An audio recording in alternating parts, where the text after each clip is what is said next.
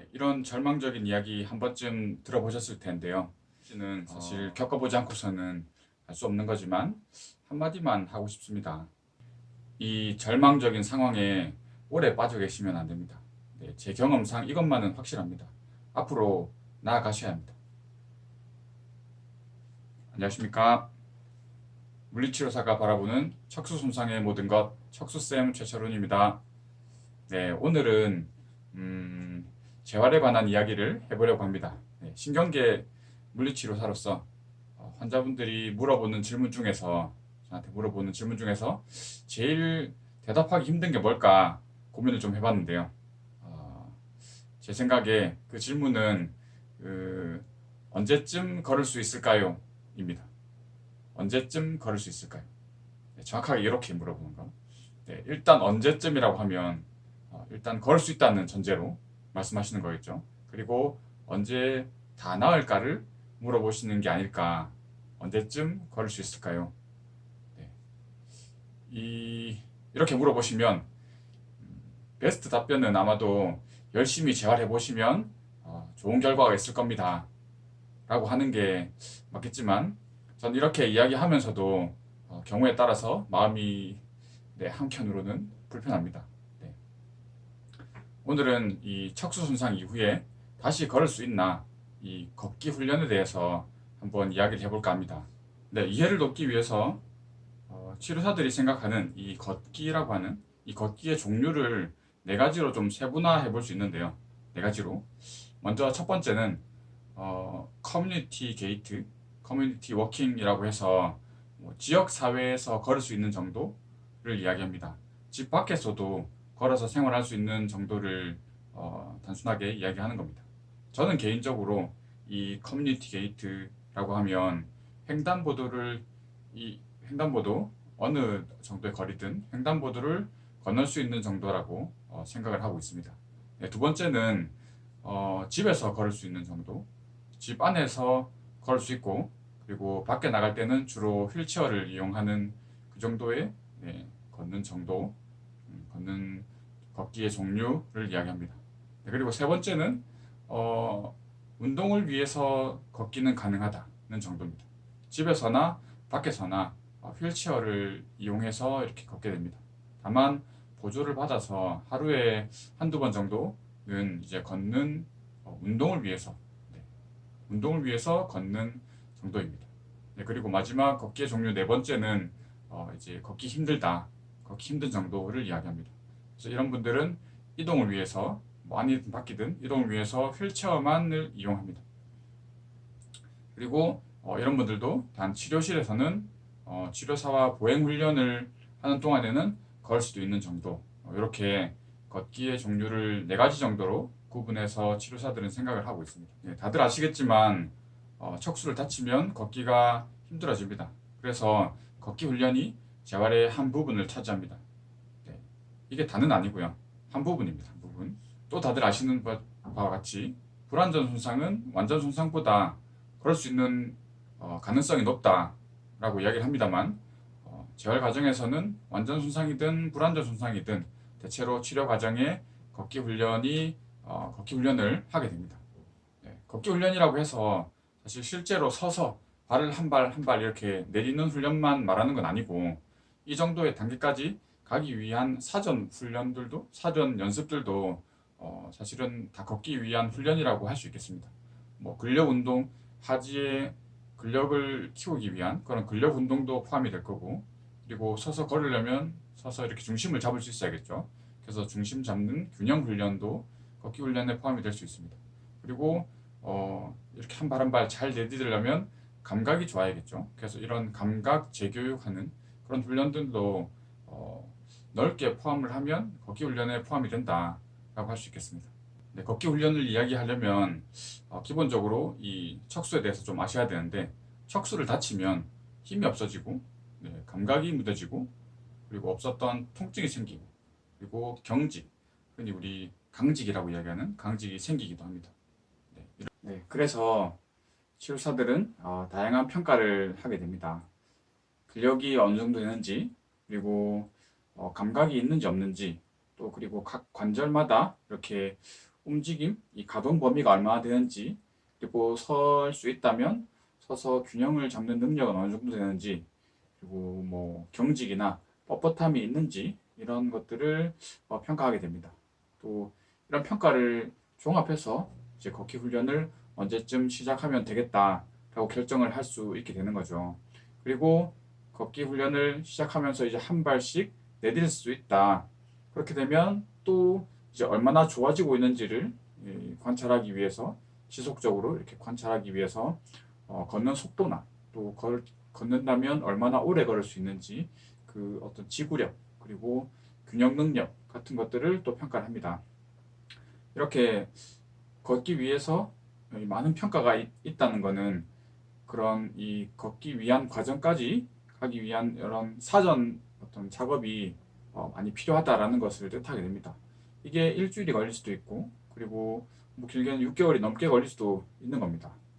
요즘은 다양한 보조 장비들을 이용하면 좀 더 빨리 걷기 훈련을 시작할 수 있습니다. 어느 병원이든 있는 평행봉이라든지 아니면 이렇게 워커라든지 이런 것들 이런 보조 장비를 이용해서 시작할 수 있고요.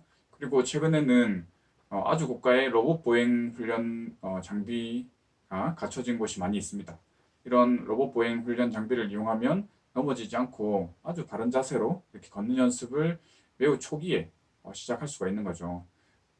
그리고 또 다양한 환경을 고려해서 걷기 훈련을 지금 당장 하는 것보다는 조금 더 늦게 시작하는 게 낫겠다라고 이렇게 판단할 수도 있습니다. 그러면 걷기 훈련을 한다고 해서 모두 다 최종적으로 걸을 수 있게 되냐? 꼭 그렇진 않습니다. 이 걷기 훈련의 결과에 영향을 주는 요인들이 많이 있는데 이 척수의 어느 부위를 다쳤는지, 그러니까 손상의 부위라고 할 수 있죠. 또 영향을 주고요.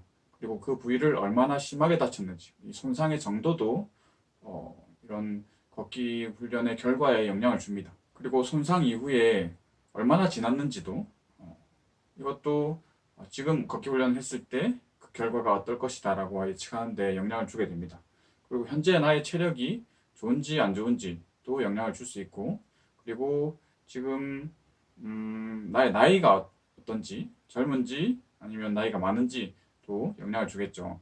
그리고 척수 손상뿐만 아니고 다른 또 손상이 있는지 이런 부분도 또 결과에 영향을 줄 수가 있겠습니다. 그리고 경직이나 흔히 말하는 강직이나 또 관절 어떤 발목이나 무릎 같은 이런 관절에 구축이 있어서 가동 범위가 다 안 나온다든지 이런 것들도 영향을 줄 수가 있고 그리고 통증이 심한지 아니면 통증이 없는지 또 어떤 걷기 훈련 결과에 영향을 줄 수가 있겠습니다.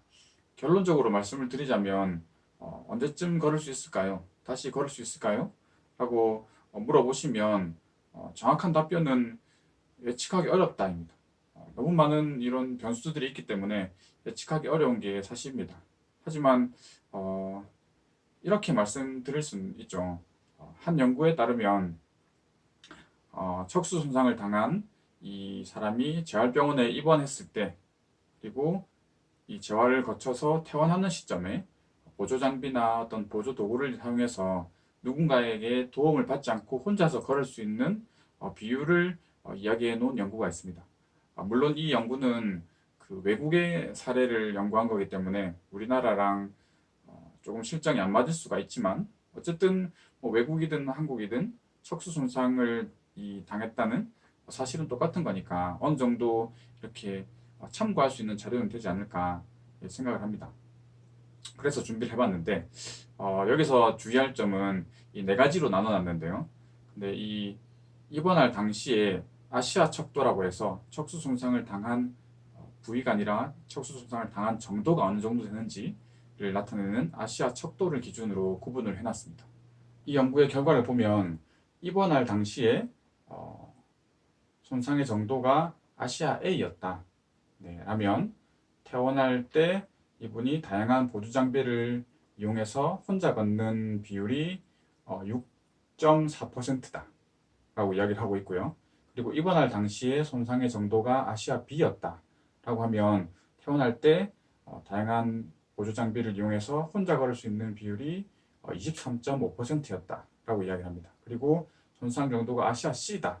그러면 태어날 때 혼자 걷는 비율이 51.4%, 절반 정도는 혼자서 걸을 수 있게 된다. 그리고 아시아 D다. 손상 정도가 아시아 D다. 입원할 때 그때 재활을 거쳐서 퇴원할 시기쯤 됐을 때 혼자 걸을 수 있는 비율은 88.9%로 이렇게 증가하더라 라고 하는 이 어떤 외국의 연구가 있었습니다.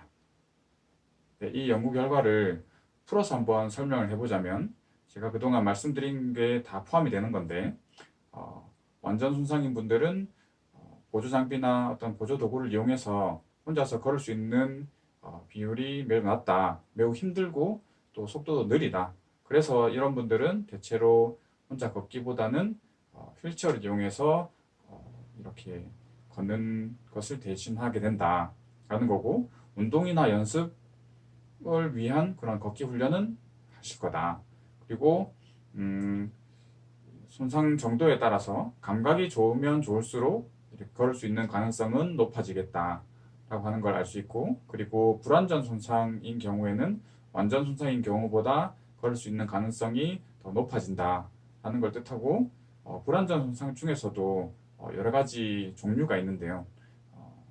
뭐 아시는 분은 아시겠지만 중심 척수 증후군이라고 한다든지 브라운 세카르 증후군이라고 하는 뭐 이런 특이한 증후군이 있습니다. 불완전 손상의 종류 중에 하나들인데, 이런 케이스는 또 걸을 수 있는 가능성이 더 높아진다라고 할 수 있겠습니다. 네, 그래서 오늘은 척수 손상 이후에 언제쯤 걸을 수 있나요? 다시 걸을 수 있나요? 에 대해서 한번 이야기를 해봤는데, 저의 대답은 이게 케이스 바이 케이스라서 예측하기 어렵다라는 겁니다. 다만 그 어떤 비율을 이야기하는 표본 연구는 있다라는 겁니다. 그래서 오늘 제가 드린 이야기는 일반적인 내용입니다. 모든 분들에게 다 해당한다라고 하기에는 조금 무리가 있죠. 그래서 주의하셔야 될 게, 유튜브에서 보니까 걸을 수 있다던데 왜 안 된다 그러냐, 뭐 이런 식으로 이야기하시면 참 곤란합니다. 그래서 지금 구독하시는 분의 이 상황을 가장 잘 알고 계시는 분들은 지금 내가 있는 병원의 의료진과 치료사들이다 라고 생각을 합니다. 그래서 내 상태 그리고 내 예후에 대해서 궁금하신 거는 그 의료진이나 치료사에게 꼭 한번 물어봐 주시기를 네, 간곡히 부탁을 드리겠습니다. 네, 그리고 서두에 한번 말씀드렸는데 한 번 더 말씀을 드리겠습니다. 지금 각자 처해 있는 상황은 다 다르시겠지만 지금의 상황에서 꼭 한 걸음 더 앞으로 나아가시길 간곡히 바라겠습니다. 네, 그러면 다음에는 더 재밌는 콘텐츠로 찾아뵙도록 하겠습니다. 감사합니다.